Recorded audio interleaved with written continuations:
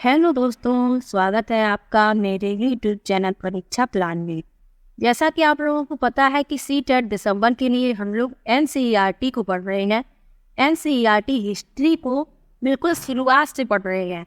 तो आज की ये 8वीं क्लास है। इसके पहले 7 क्लास हो चुकी है। अगर आप लोगों ने अभी तक वो क्लास नहीं देखी है तो डिस्क्रिप्शन बॉक्स में क्लास का लिंक दिया है, आप लोग उन वीडियो को देख सकते हैं। तो चलिए आज की क्लास को शुरू करते हैं और आते हैं अपने टॉपिक पर।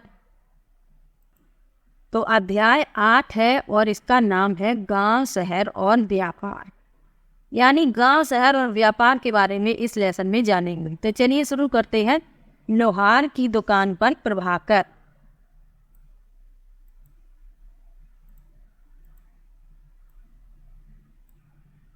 प्रभाकर लोहारों को काम करते देख रहा था। एक छोटी सी बेंच पर कुल्हाड़ी और हंसिया जैसे कुछ औजार बेचने के लिए रखे थे। दूसरी ओर भट्टी जल रही थी। औजार बनाने के लिए 2 लोग लोहे की एक छड़ को गर्म करों से पीट रहे थे।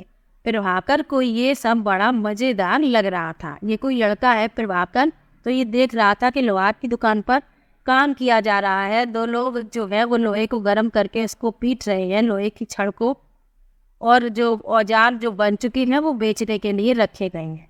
अब लोहे के औजार और खेती, इसके बारे में जान लेते हैं। लोहे का प्रयोग आज एक आम बात है। लोहे की चीज़ें हमारी रोज़मर्रा की ज़िंदगी का हिस्सा बन गई हैं।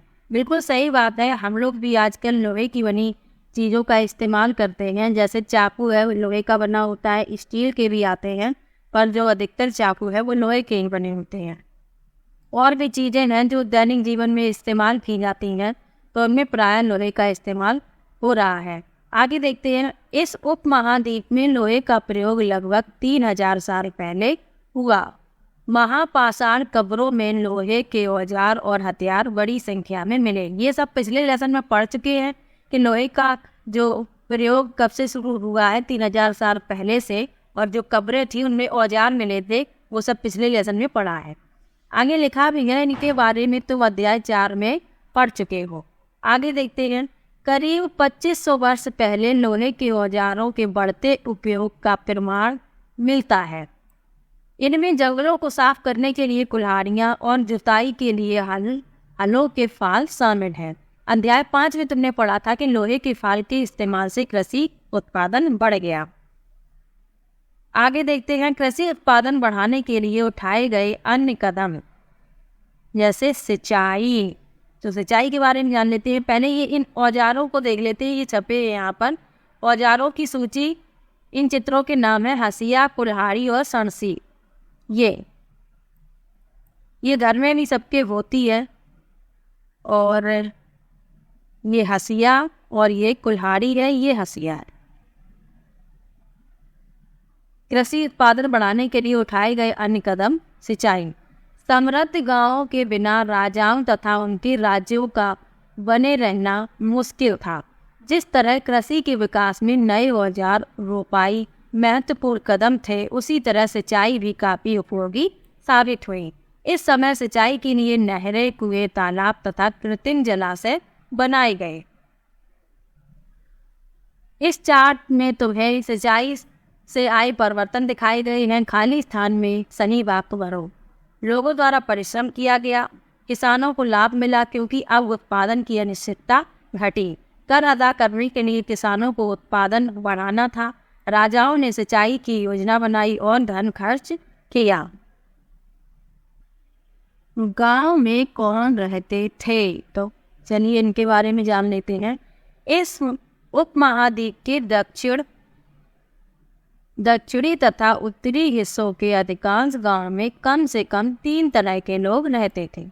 तमिल क्षेत्र में बड़े भूस्वामियों को बेलला, साधारण हलवाओं को उड़वार और भूमिहीन मजदूर दास, कदेसियार और अदिमई कहलाते थे। जो भूमिहीन थे, मजदूर, दास, कदेसियार और अदमई कहलाते थे। आगे देखते हैं। देश के उत्तरी हिस्से में गांव का प्रधान व्यक्ति ग्राम भोजक कहलाता था। जो उत्तरी हिस्सा था उसमें जो गांव का प्रधान होता था वो ग्राम भोजक कहलाता था। अक्सर एक ही परिवार के लोग इस पद पर कई पीढ़ियों तक बने रहते थे, यानी यह पद जो था आनुवंशिक था। कौन सा पद? ग्राम भोजक का पद। ग्राम भोजक के पद पर आमतौर पर गांव का सबसे बड़ा भूस्वामी होता था, यानी जिसके पास सबसे ज्यादा जमीन होती थी वही होता था गांव का सबसे बड़ा भूस्वामी, और वही ग्राम भोजक के पद पर आसीन होता था। साधारणतया इनकी जमीन पर इनके दास और मजदूर काम करते थे, क्योंकि ये तो ग्राम भोजक थे। तो जो गरीब जनता थी, दास और मजदूर थे जिनके पास जमीन नहीं थी, वो इन भूस्वामियों के जमीन पर काम किया करते थे। इसके अतिरिक्त प्रभावशाली होने के कारण प्रायः राजा भी कर वसूलने का काम इन्हें ही सौंप देते थे। अब जो राजा होते थे वो क्या करते थे, जो कर वसूलने का काम है वो इन ग्राम भोजक को सौंप देते थे, क्योंकि ये अधिक शक्तिशाली थे गांव में, ये अधिक इनका प्रभाव था, तो इसलिए ये इनको काम सौंप दिया जाता था कि तुम कर वसूलोगे। ये न्यायाधीश का और कभी कभी पुलिस का भी काम करते थे। ये न्यायाधीश यानी कोई झगड़ा वगैरह हो जाता था तो ये इसका न्याय भी करते थे और कभी कभी पुलिस का भी काम करते थे। ग्राम भोजकों के अलावा अन्य स्वतंत्र किस्म भी थे जिन्हें गृहपति कहा कहते थे। यानी ग्राम भोजक तो वो थे जिनके पास सबसे ज़्यादा जमीन थी। इसके अलावा स्वतंत्र कृषक भी थे जिन्हें क्या कहा जाता था? गृहपति। इनमें ज़्यादातर छोटे किसान ही होते थे। इसके अतिरिक्त कुछ ऐसे स्त्री पुरुष थे जिनके पास अपनी जमीन नहीं होती थी। इनमें दास कर्मकार आते थे। अब सबके पास तो जमीन होती नहीं थी, कुछ लोग ऐसे भी थे जिनके पास जमीन नहीं थी, तो उन्हें दास कर्मकार कहा जाता था। ये दास कर्मकार थे जिनके पास जमीन नहीं होती थी। इनका काम क्या था? ये दूसरों की जमीन पर काम करते थे और अपनी जीविका चलाते थे, यानी मजदूरी करते थे दूसरे के खेतों में। अधिकांश गांवों में लोहार, कुम्हार, बढ़ई तथा बुनकर जैसे शिल्पकार भी होते थे। आगे देखते हैं प्राचीनतम तमिल रचनाएं। ये बीच बीच में इम्पोर्टेंट चीज़ें दी जाती हैं, तो इनको भी साथ में ही देखते चलते हैं कि तमिल की प्राचीनतम रचनाओं को संगम साहित्य कहते हैं। याद रखिए, प्रश्न पूछे जा सकते हैं। इनकी रचना करीब 2300 साल पहले की गई। इन्हें संगम इसलिए कहा जाता है क्योंकि मदुरै के कवियों के सम्मेलनों में इनका संकलन किया जाता था। गांव में रहने वाले जिन तमिल नामों का उल्लेख यहाँ किया गया है वे संगम साहित्य में पाए जाते हैं। अब सिक्कों के बारे में जान लेते हैं। सिक्के। पुरातत्वविदों को इस युग के हजारों सिक्के मिले। जो पुरातत्वविद थे उनको इस युग के हजारों सिक्के मिले। सबसे पुराने आहत सिक्के थे। तो याद रखिए, सबसे पुराने जो सिक्के थे वो कौन से थे? आहत सिक्के, जो करीब 500 साल चले। इसका चित्र नीचे दिया गया है। चांदी या तांबे के सिक्कों पर विभिन्न आकृतियों को आहत कर बनाए जाने के कारण इन्हें आहत सिक्का कहा जाता था। तो सबसे पुराने सिक्के कौन से? आहत सिक्के थे, करीब 500 साल तक चले। ये रहे, इनके चित्र बने हुए हैं। ये हैं आहत सिक्के। ये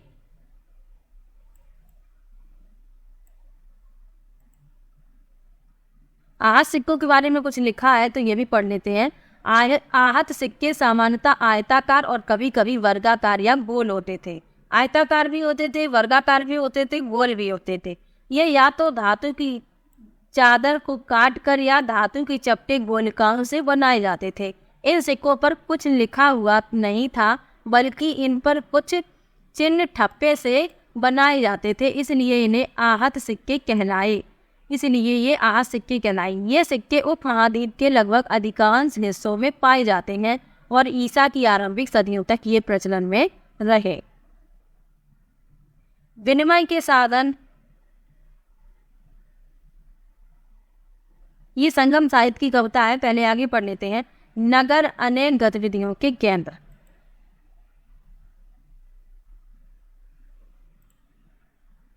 अक्सर नगर कई कारणों से महत्वपूर्ण हो जाते थे। नगर जो थे वो कई गतिविधियों के केंद्र थे, इसीलिए तो महत्वपूर्ण थे। उदाहरण के लिए मथुरा। मथुरा मानचित्र में देखना है। आगे देख लेते हैं। यह 2500 साल से भी ज़्यादा समय से एक महत्वपूर्ण नगर है। कौन सा नगर? मथुरा, क्योंकि यह यातायात और व्यापार के दो मुख्य रास्तों पर स्थित था। इनमें से एक रास्ता उत्तर पश्चिम से पूर्व की ओर, दूसरा उत्तर दक्षिण की ओर जाने वाला था। शहर की चारों ओर किलेबंदी थी। इसमें अनेक मंदिर थे। आसपास के किसान तथा पशुपालक शहर में रहने वालों के लिए भोजन जुटाते थे। मथुरा बेहतरीन मूर्तियां बनाने का केंद्र था। याद रखिए, मथुरा सबसे महत्वपूर्ण था क्योंकि आने जाने का यहाँ दो मुख्य रास्तों पर ये स्थित था, इसलिए ये महत्वपूर्ण था। और यहाँ मूर्तियाँ भी बनाई जाती थी, तो बेहतरीन मूर्तियाँ बनाने का केंद्र भी था मथुरा। आगे देखते हैं। लगभग 2000 साल पहले मथुरा कुषाणों की दूसरी राजधानी बनी। इसके बारे में तो आगे पढ़ोगे, आगे लेसन में इसके बारे में पढ़ेंगे। मथुरा एक धार्मिक केंद्र भी रहा, आज भी है धार्मिक केंद्र। मंदिर आज भी वहाँ पर है बहुत। यहाँ बौद्ध विहार और जैन मंदिर हैं। यह कृष्ण भक्ति का एक महत्वपूर्ण केंद्र है। बिल्कुल केंद्र था और अभी भी है। मथुरा में प्रस्तर खंडों तथा मूर्तियों पर अनेक अभिलेख मिले हैं। आमतौर पर ये संक्षिप्त अभिलेख हैं जो स्त्रियों तथा पुरुषों द्वारा मठों या मंडलों को दिए जाने वाले दान का उल्लेख करते हैं।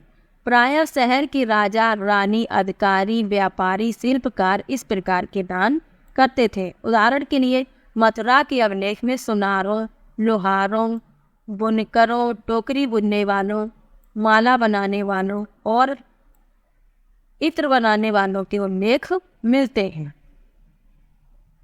शिल्प तथा शिल्पकार पुरा स्थलों से शिल्पों के नमूने मिले हैं। इनमें मिट्टी के बहुत ही पतले और सुंदर बर्तन मिले हैं, जिन्हें उत्तरी काले चमकीले पात्र कहा जाता है, क्योंकि ये ज़्यादातर उप महाद्वीप के उत्तरी भाग में मिले हैं। ध्यान रहे कि अन्य दूसरे शिल्पों के अवशेष नहीं बचे होंगे। जैसे कि विभिन्न ग्रंथों से हमें पता चलता है कि कपड़ों का उत्पादन बहुत महत्वपूर्ण था। उत्तर में वाराणसी, दक्षिण में मदुरै इसके प्रसिद्ध केंद्र थे। यहाँ स्त्री पुरुष दोनों काम करते थे। अनेक शिल्पकार तथा व्यापारी अपने अपने संघ बनाने लगे थे, जिन्हें श्रेणी कहते थे। शिल्पकारों की श्रेणियों का काम प्रशिक्षण देना था, कच्चा माल उपलब्ध कराना था तथा तैयार माल का वितरण करना था, जबकि व्यापारियों की श्रेणियां व्यापार का संचालन करती थीं।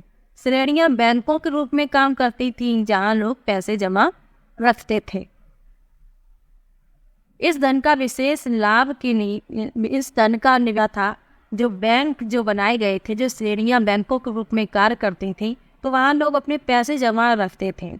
और जब ये इस धन का जो निवेश है लाभ के लिए किया जाता था, उससे मिले लाभ का कुछ हिस्सा जमा करने वालों को लौटा दिया जाता था या फिर मठ आदि धार्मिक संस्थानों को दिया जाता था। यानी धन का निवेश है वो लाभ के लिए किया जाता था और जो लाभ का कुछ हिस्सा जमा करने वाले को लौटा दिया जाता था। और उसके बाद जो धन जमा हो जाता था तो उससे मठ आदि धार्मिक संस्थानों को दे दिया जाता था।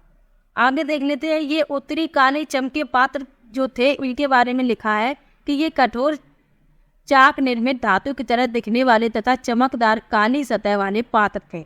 इसे बनाने के लिए कुम्हार मिट्टी के बर्तनों को भट्टों पर उच्च तापमान पर रखते थे, जिसके परिणाम स्वरूप इन बर्तनों की बाहरी सतह काली हो जाती थी।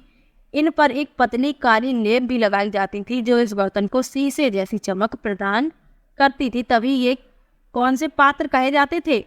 उत्तरी काले चमके पात्र। सूत काटने और बुनने के नियम। ये नियम अध्याय अर्थशास्त्र की है, तो ये इनके बारे में भी लिखा है। अर्थशास्त्र के जो नियम है, सूत जो काटे जाते थे, जो उनका बुनने का क्या नियम था, ये लिखा है इसमें। ये भी जान लेते हैं।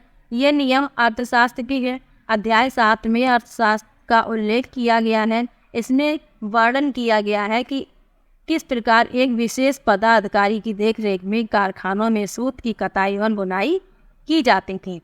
उन पेड़ों की छाल, कपास, पटुआ, सन को तैयार करने के काम में विद्वान सक्षम महिलाओं, भिक्षुणियों, वृद्धा वेश्याओं, राजा की अवकाश प्राप्त दासियों, सेवकाओं और अवकाश प्राप्त देवदासियों को लगाया जा सकता है।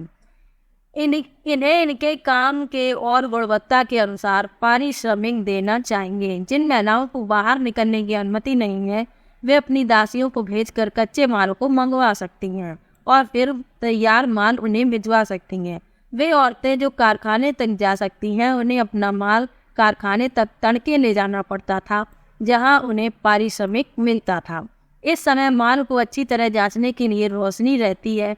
अगर निरीक्षक उस औरत की तरफ देखता है या इधर उधर की बातें करता है तो उसे सजा मिलनी चाहिए। ये नियम अर्थशास्त्र में है कि सूत काटने के लिए क्या क्या नियम होने चाहिए, ये नियम लिखे हैं। अगर औरत ने अपना काम पूरा नहीं किया तो उसे जुर्माना देना होगा। इसके लिए उसका अंगूठा भी काटा जा सकता है। अब अपने टॉपिक पर आ जाते हैं। सूक्ष्म निरीक्षक आर्कामेडन लगभग 2200 से 2200 से यानी 2200 से 1900 साल पहले आर्कामेडू एक पत्तन था जहां दूर दूर से जहाज़ों से सामान उतारे जाते थे। यहाँ ईंटों से बना एक ढांचा मिला है जो संभवतः गोदाम रहा हो। यहाँ भूमध्य सागरीय क्षेत्र की एम्फोरा जैसे पात्र मिले हैं। इनमें शराब या तेल जैसे तरल पदार्थ रखे जा सकते थे।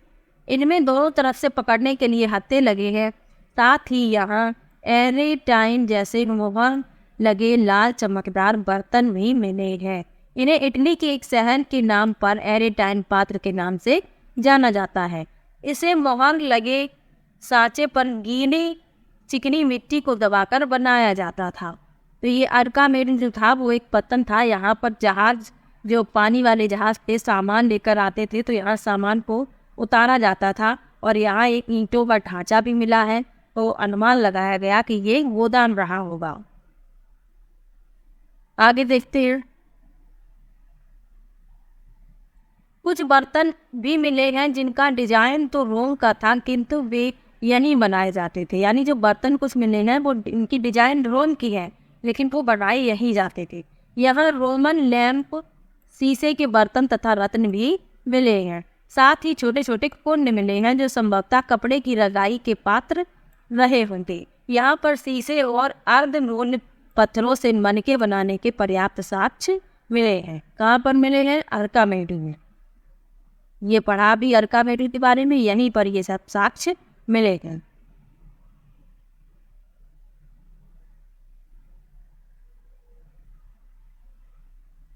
व्यापार और व्यापारी। तुमने उत्तरी काले पॉलिश वाले बर्तनों के बारे में पढ़ा? हाँ बिल्कुल, अभी इन पर जो बर्तन के बारे में पढ़ा था वही लिखा है। ये खूबसूरत बर्तन खास तौर से इनकी कटोरियाँ तथा थालियाँ इस उपमहाद्वीप के अनेक पुराने स्थलों से मिले हैं। सवाल उठता है कि इन जगहों पर ये बर्तन कैसे पहुँचे होंगे। ऐसा अनुमान लगाया जाता है कि ये जहाँ ये बनते थे वहाँ से व्यापारी इन्हें ले जाकर अलग अलग जगहों पर बेचते। अब बर्तन कई जगह से मिले तो अनुमान लगाया गया कि बर्तन तो एक जगह बनते थे, लेकिन ये जो व्यापारी थे दूर दूर ले जाकर इनको बेचते थे। दक्षिण भारत सोना, मसाले, खास तौर पर काली मिर्च तथा कीमती पत्थरों के लिए प्रसिद्ध था। काली मिर्च की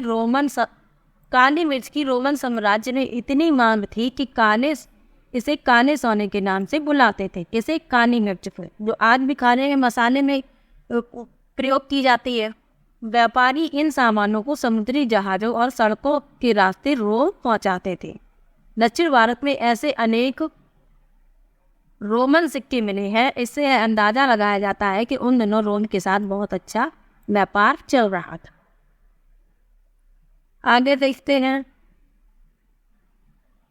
व्यापारियों ने कई समुद्री रास्ते खोज निकाले। इसमें से कुछ समुद्र के किनारे चलते थे, कुछ अरब सागर और बंगाल की खाड़ी पार करते थे।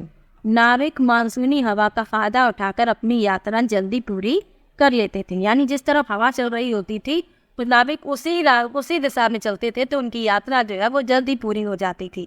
वे अफ्रीका या अरब के पूर्वी तट से इस उपमहाद्वीप के पश्चिमी तट पर पहुंचना चाहते थे। दक्षिणी पश्चिमी मानसून के साथ चलना पसंद करते थे। इन लंबी यात्राओं के लिए मजबूत जहाज़ों का निर्माण किया जाता था। समुद्र तटों से लगे राज्य। तो इस उपमहाद्वीप के दक्षिणी भाग में बड़ा तटीय प्रदेश है। इसमें बहुत से पहाड़, पठार और नदी के मैदान। नदियों के मैदानी इलाकों में कावेरी का मैदान सबसे उपजाऊ है। मैदानी इलाकों तथा तटीय इलाकों के सरदारों और राजाओं के पास धीरे धीरे काफ़ी संपत्ति और शक्ति हो गई। संगम कविताओं में मुवेनदार की चर्चा मिलती है। संगम जो कविताएं हैं, संगम साहित्य में जो संगम कविताएं हैं, वे मुवेनदार की चर्चा मिलती है। यह एक तमिल शब्द है। कैसा शब्द है? तमिल, जिसका अर्थ है तीन मुखिया। क्या अर्थ है जिसका? तीन मुखिया। इसका प्रयोग तीन शासक परिवारों के मुखियाओं के लिए किया गया है। ये थे चोल, चेर और पांड्य। कौन कौन? चोल, चेर और पांड्य। मुवेनदार का है तीन मुखिया और तीन शासक परिवारों के मुखियाओं के लिए किया गया है। तो तीनों को याद रखना है, चोल, चेर और पांड्य, जो करीब 150 साल पहले दक्षिण भारत में काफ़ी शक्तिशाली माने जाते थे। इन तीनों मुखियाओं के अपने अपने दो सत्ता केंद्र थे। इनमें से एक तटीय हिस्से में और दूसरा अंदरूनी हिस्से में था। एक तटीय हिस्से में था और दूसरा अंदरूनी हिस्से में था। इस तरह 6 केंद्रों में से 2 बहुत महत्वपूर्ण थे। एक चोलों का पत्तन पुहार या कावेरी पट्टनम, दूसरा पांड्यों की राजधानी मदुरै। 2 महत्वपूर्ण थे। कौन कौन से? एक तो कावेरी पट्टनम और दूसरा पांड्यों की राजधानी मदुरै। ये मुखिया लोगों से निर्मित कर के बजाय उपहारों की मांग करते थे।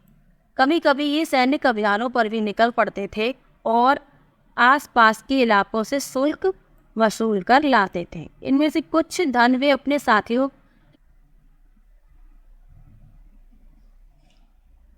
वे अपने पास रख लेते थे। बाकी अपने समर्थकों, नाते, रिश्तेदारों, सिपाहियों तथा कवियों के बीच बांट देते थे। अनेक संगम कवियों ने उन मुखियाओं की प्रशंसा में कविताएं लिखी हैं, जो उन्हें कीमती जवाहरात, सोने, घोड़े, हाथी, रथ या सुंदर कपड़े दिया करते थे। इसके लगभग 200 वर्षों बाद पश्चिम भारत में सातवाहन नामक राजवंश का प्रभाव बढ़ गया। सातवाहनों का सबसे प्रमुख राजा गौतमी पुत्र श्री सातकर्णी था।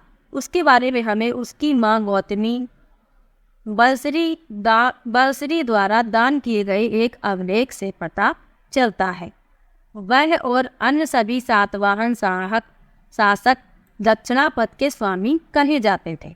दक्षिणापथ का शाब्दिक अर्थ है दक्षिण की ओर जाने वाला रास्ता, यानी दक्षिणापथ, पथ माने रास्ता, दक्षिण माने दक्षिण दिशा। तो दक्षिण की ओर जो रास्ता जाता था तो उसे दक्षिणापथ कहा गया। पूरे दक्षिणी क्षेत्र के लिए भी यही नाम प्रचलित था। श्री सातकर्णी ने पूर्वी, पश्चिमी तथा दक्षिणी तटों पर अपनी सेनाएं भेजी। रेशम मार्ग के बारे में जान लीजिए, इससे प्रश्न आते हैं। और रेशम मार्ग और कुसार, तो कुछ शासक इसके बड़े बड़े हिस्सों पर अपना नियंत्रण करना चाहते थे, क्योंकि इस रास्ते पर यात्रा कर रहे व्यापारियों से उन्हें कर, शुल्क तथा तोपों के जरिए लाभ मिलता था। इसके बदले ये शासक इन व्यापारियों को अपने राज्य से गुजरते वक्त लुटेरों के आक्रमण से सुरक्षा देते थे। सिल्क रूट पर नियंत्रण रखने वाले शासकों में सबसे प्रसिद्ध कुषाण थे। करीब 200 साल पहले मध्य एशिया तथा पश्चिमोत्तर भारत पर इसका शासन था। पेशावर और मथुरा इसके 2 प्रमुख शक्तिशाली केंद्र थे। तक्षशिला भी इनके ही राज्य का हिस्सा था। इनके शासनकाल में सिल्क रूट की एक शाखा मध्य एशिया से होकर सिंध नदी के मुहाने के पत्तनों तक जाती थी। फिर यहाँ से जहाज़ों द्वारा रेशम पश्चिम की ओर रोमन साम्राज्य तक पहुँचाया जाता था। तो जो रेशम मार्ग जो था वो मार्गों का एक समूह था, जिसके माध्यम से एशिया, यूरोप और अफ्रीका जुड़े हुए थे। और इसका सबसे जाना माना हिस्सा उत्तरी रेशम मार्ग है, जो चीन से होकर पश्चिम की ओर पहले मध्य एशिया में और फिर यूरोप में जाता है। तो ये मार्गों का समूह था रेशम मार्ग, तो इसी के बारे में बताया गया है। तो तमिल में खाली स्थान को देख लेते हैं। तमिल में बड़े भूस्वामी को क्या कहते थे? वेलला। ग्राम भोजकों की जमीन तमिल में जो बड़े भूस्वामी होते थे वेलला कहते थे। आगे पढ़ा नहीं था तो तमिल भाषा का ये शब्द है। ग्राम भोजकों की जमीन पर प्रायः द्वारा खेती की जाती थी। तो दास और मजदूर होते थे, वो ग्राम भोजकों की जमीन पर खेती करते थे। आगे है तमिल में हलवाई को कहते थे। तो तमिल में हलवाई को उड़वार कहते थे। अधिकांश गृहपति स्वतंत्र व छोटे भूस्वामी होते थे। तो आज का अपना टॉपिक यहीं पर समाप्त होता है। वीडियो कैसा लगा कमेंट बॉक्स में ज़रूर बताइएगा। वीडियो को लाइक और चैनल को सब्सक्राइब करना मत भूलिएगा। मिलते हैं एक और नई वीडियो के साथ, तब तक के लिए बाय बाय।